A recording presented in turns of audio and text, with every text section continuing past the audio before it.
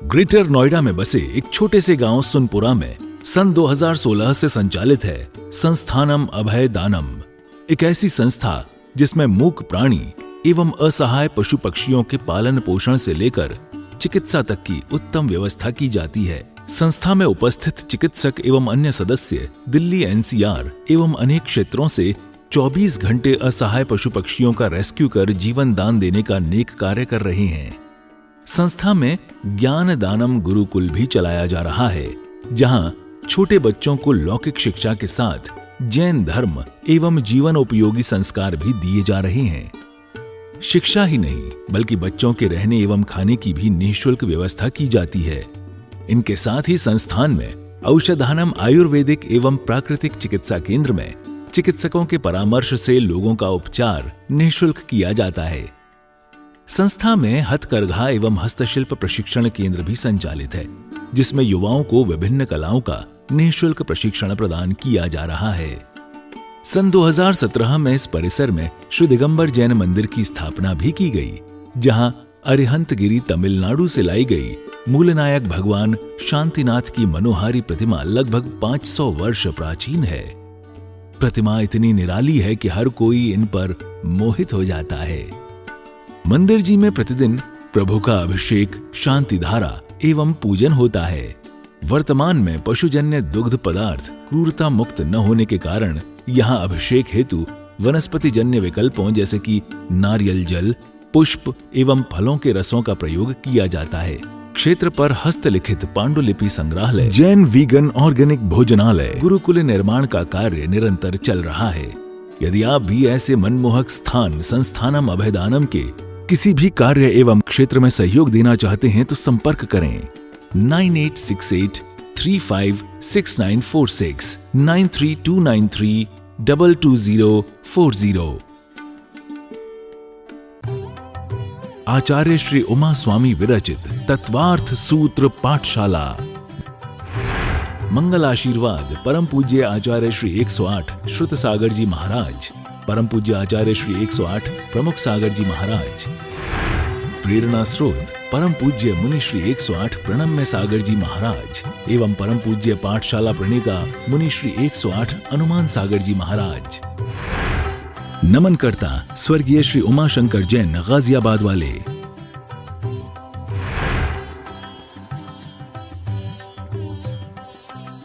ये जो मने परे ज्ञान है, ये जो आपका अवधि ज्ञान है, ये सब क्या है? हमारी सबकी आत्मा में पहले से ही है। आत्मा ही ज्ञान है। उसमें हमने क्या करना है? जो आत्मा के ऊपर कार्मण शरीर रूपी जो कर्मों का बंधन है, उसी को क्या बोला? ज्ञानावरणी कर्म। उसको हमने हटाना है। जो फालतू चीजें हैं जो अनादिकाल से इस आत्मा को घेरे हुए हैं, इसको इसके साथ में उसका बंधन हो रखा है, उस फालतू चीजों को हटाएंगे तो जैसे बाहुबली भगवान की प्रतिमा प्रकट हो गई, ऐसे ही क्या होगा? एक दिन हम सब में केवल ज्ञान की प्रकट हो जाएगा, केवल ज्ञान। तो बहुत इंपॉर्टेंट बात बताइए आपको कि बाहर से नहीं है, ये सारे ज्ञान पहले से ही है, मात्र क्या है? अभिव्यक्ति नहीं हो पाई है, क्योंकि हमारा अभी काल नहीं आया है। हमारे अभी ज्ञान में हमने आवरण हटाया नहीं है, तो हमें वो आवरण सही सही तरीके से सम्यक ज्ञान के रूप में हटाना है। तो केवल ज्ञान क्या हुआ? पूरी तरह से जो ज्ञान का आवरण का क्षय कर दिया। और बाकी के 4 ज्ञान क्या हैं? जब क्षयोपशम है। उसके आगे हम रिवाइज करते हैं। 31वां सूत्र हमने देखा था, मति श्रुत अवधयो विपर्यश्च। च माने और, विपर्य माने विपरीत ज्ञान। ये जो 5 ज्ञान अब तक हमने कई सूत्रों में पिछले पढ़े, वो सब किसके भेद पढ़े थे? सम्यक ज्ञान वालों के।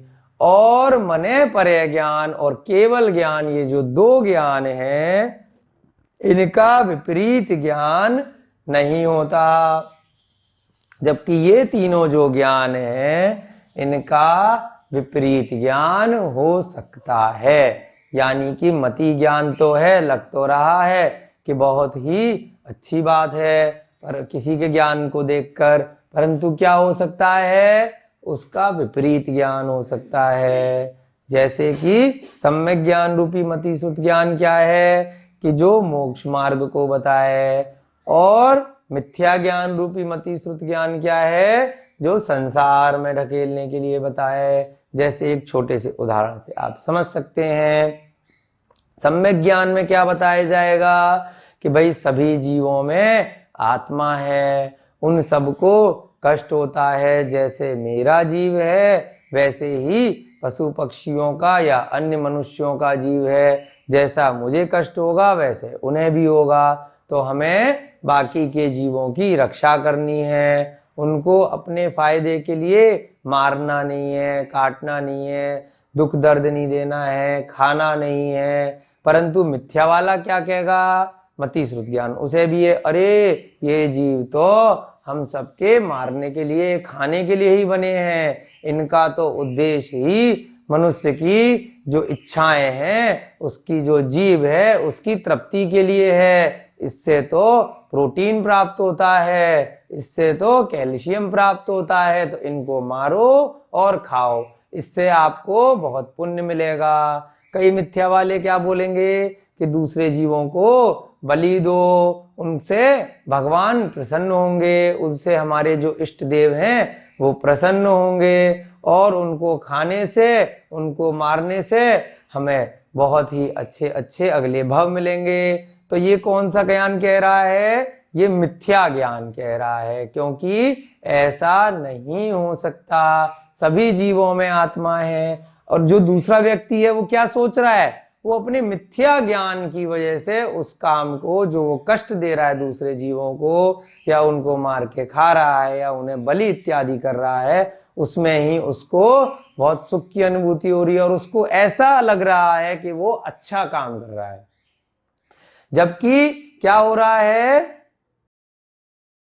क्यों ऐसा उसे लग रहा है अच्छा काम कर रहा है, उसकी कुमति है, उसका कुश्रुत है, उसने सम्यक ज्ञान रूपी श्रुत ज्ञान को न सुनकर उसने मिथ्या शास्त्रों से कुश्रुत ज्ञान को प्राप्त किया है। तो इसलिए हमें अपना मन मस्तिष्क को बिल्कुल सही जगह लगाना है, तभी हमें समझ में आ सकता है कि सही क्या है, सम्यक ज्ञान रूपी मति श्रुत ज्ञान है, गलत क्या है, मिथ्या ज्ञान रूपी कुमति ज्ञान और कुश्रुत ज्ञान है। ऐसे ही हमने कल अवधि ज्ञान का उदाहरण दिया था कि आगे और पिछले भवों को सही सही जानना। वो क्या हुआ, जैसी घटना घटी थी वही जानना। और अवधि ज्ञान का विपरीत कुअवधि ज्ञान या विभंगावधि ज्ञान है, उसमें पिछली घटना को जान तो रहा है परंतु कुअवधि ज्ञान की वजह से गलत जान रहा है ना। किसी ने किसी के साथ पिछले भव में बचाने की दृष्टि से कोई कार्य किया, मान लीजिए कोई समुद्र में गिर रहा था, कोई पहाड़ से गिर रहा था, अब उसको पकड़ के वो बचा रहा था, परंतु कुअवधि ज्ञान में आया कि वो पहाड़ पर ऐसे पकड़ के खड़ा है, तो क्या समझा, ये धक्का दे रहा है। उल्टा समझ लेना, बचाने की बजाय मारने का उसको समझ लेना। तो किस ज्ञान की वजह से, कुअवधि ज्ञान की वजह से।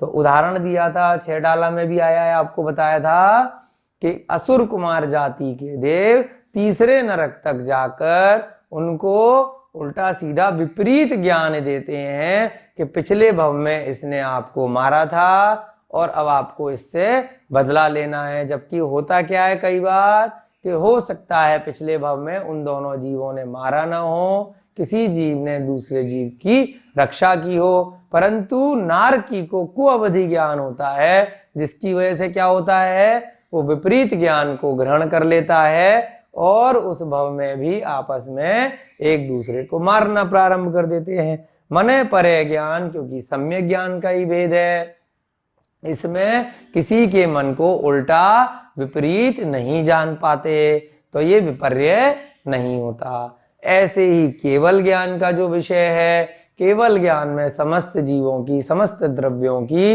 अनंत पर्यायों को एक साथ सम्यक ज्ञान रूप में ही जाना जाता है, इसका भी विपरीत ज्ञान नहीं होता। तो सारे ज्ञान मिला के हमने कल देखे थे 5 सम्यक और 3 मिथ्या ज्ञान। सब मिला के कैसे होते हैं, कितने होते हैं? 8 ज्ञान होते हैं। अगर किसी ने आपसे प्रश्न किया ज्ञान कितने प्रकार के होते हैं, तो टोटल ज्ञान 8 प्रकार के आपको बताने हैं। और केवल पूछा जाए सम्यक ज्ञान कितने होते हैं, तब आप 5 ज्ञान बताएंगे। कोई पूछे मिथ्या ज्ञान कितने होते हैं, तो आप 3 बताएंगे। केवल ज्ञान और मने परे ज्ञान जो हैं वो मिथ्या ज्ञान नहीं होते। आगे आपको कल का रिवीजन समझ में है। अब हम आगे बढ़ेंगे आज की कक्षा में। अब आपको 32वां सूत्र कराया जाएगा। वो मिथ्या ज्ञान जो अभी आपने 31वें सूत्र में पढ़ा उसी के बारे में। और आपको जो कल कंफ्यूजन हो रहा था कि ये मिथ्या ज्ञान है या नहीं है, स्वर्गों का भी उदाहरण दिया था कि जैसे स्वर्गों में जिनेंद्र की पूजा करनी पड़ रही है क्योंकि वहां पर कोई आराध्य देव नहीं है। तो क्या बोला था? मिथ्या ज्ञान है। स्वर्गों में जो प्रतिमाएं इत्यादि होती हैं, अकृत्रिम चैत्यालय होते हैं, वो किनके होते हैं? वो अरिहंत भगवानों के ही, जिनेंद्र भगवानों के होते हैं। तो मजबूरी वश अगर कोई देव उनको करता है तो क्या है? मिथ्या ज्ञान की वजह से कर रहा है और अपने से समझ के कर रहा है ना, सम्यक ज्ञान दूरसीन रूपी कर रहा है, उस पे आस्था विश्वास करके कर रहा है। तो वही पूजा क्या मानी जाएगी? सम्यक ज्ञान रूपी जिनेंद्र भगवान की आराधना मानी जाती है। इस वाले में आप उदाहरण में 31वें में लिख सकते हैं। आपकी पुस्तक में भी उदाहरण दिया गया है। मिथ्या ज्ञान में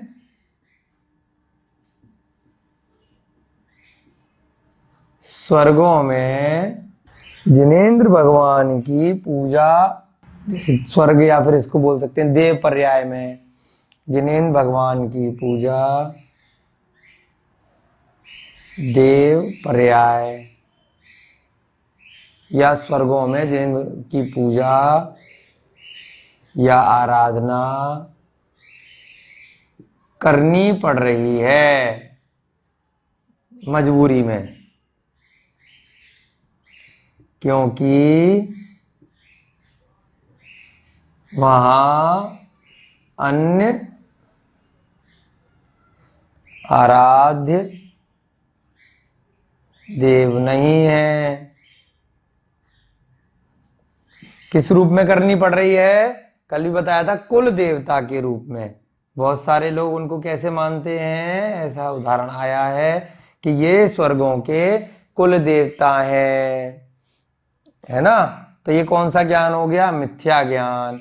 और यही चीज दूसरे जीव का सम्यक ज्ञान, पूर्ण आस्था और विश्वास के साथ में कोई देव अगर कर रहे हैं, क्योंकि ये जिनेंद्र है, इन्हीं की आराधना ही योग्य आराधना है। ये जिनेंद्र देव हैं। बाकी के जितने भी जीव हैं, जो जितने भी देवता इत्यादि हैं, वो सब क्या हैं? वो सब मिथ्या हैं। उनसे मोक्ष की प्राप्ति नहीं हो सकती। ये जिनेंद्र देव हैं, इनकी आराधना ही योग्य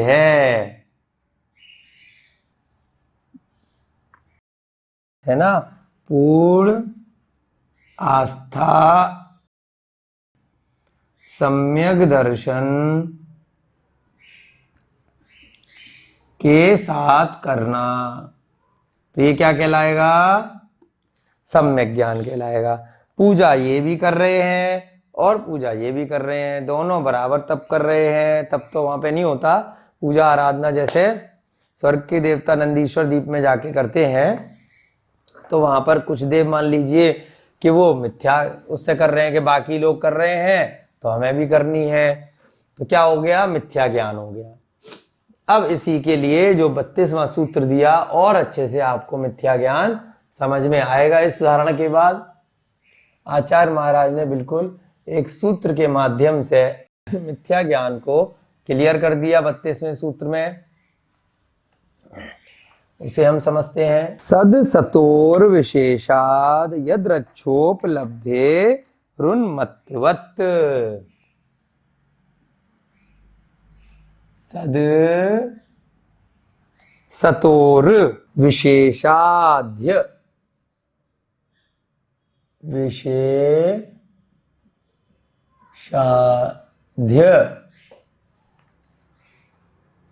द्रक्षोपलब्धे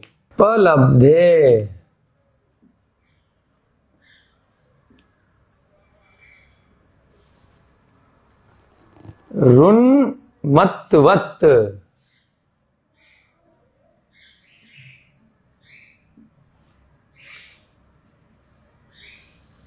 पहले इसका संधि विच्छेद करेंगे। आपकी पुस्तक में दो प्रकार से इसलिए लिखा गया है जिससे आपके समझ में अच्छे से आ जाए। मूल सूत्र बिल्कुल संधि के साथ में है। जब इसका संधि विच्छेद किया तो ये क्या बना, ये जुड़ा हुआ है सद सतोर। उसके बाद यहां से लिया अविशेषाद,